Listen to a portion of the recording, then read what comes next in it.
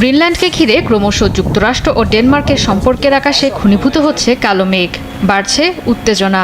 স্বায়ত্তশাসিত গ্রিনল্যান্ডে কোনোভাবেই মার্কিন কর্তৃত্ব দেখতে চায় না নর্ডিক দেশ ডেনমার্ক। এরই অংশ হিসেবে এবার ওয়াশিংটনের প্রতি কড়া বার্তা দিল কোপেনহেগেন।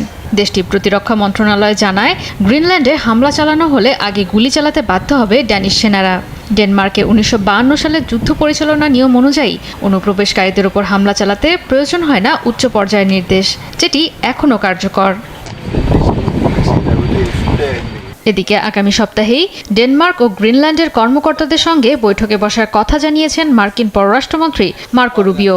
বলেন, সামরিক শক্তি প্রয়োগের বদলে দ্বীপটি কিনতে চান মার্কিন প্রেসিডেন্ট ডোনাল্ড ট্রাম্প। বৈঠককে স্বাগত জানিয়েছে ডেনমার্কও।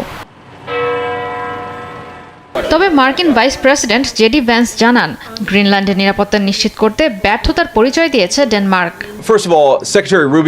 গ্রিনল্যান্ডকে গুরুত্ব দিয়ে দেখছেন প্রেসিডেন্ট ট্রাম্প। ইউরোপীয় দেশগুলোর উচিত গ্রিনল্যান্ডের নিরাপত্তাকে গুরুত্ব দিয়ে দেখা, না হলে বাধ্য হয়ে যুক্তরাষ্ট্রকে পদক্ষেপ নিতে হবে। একই মত দিয়েছেন হোয়াইট হাউসের প্রেস সচিব ক্যারোলিন লেভিট। বলেন, আর্কটিক অঞ্চলে মার্কিন প্রতিপক্ষদের প্রতিহতকরণে গ্রিনল্যান্ড দখলে নেওয়া গুরুত্বপূর্ণ। এদিকে গ্রিনল্যান্ড বিক্রির জন্য নয় বলে বরাবরই দাবি করে আসছে ডেনমার্ক। গেল মঙ্গলবার যৌথ বিবৃতিতে গ্রিনল্যান্ডের ভৌগোলিক অখণ্ডতাকে সম্মানের কথা বলেন ইউরোপীয় নেতারা। তার একদিন আগেই ডেনমার্কের প্রধানমন্ত্রী হুঁশিয়ারি করেন, এ ভূখণ্ডে হামলা হলে বিলুপ্ত হবে ন্যাটো।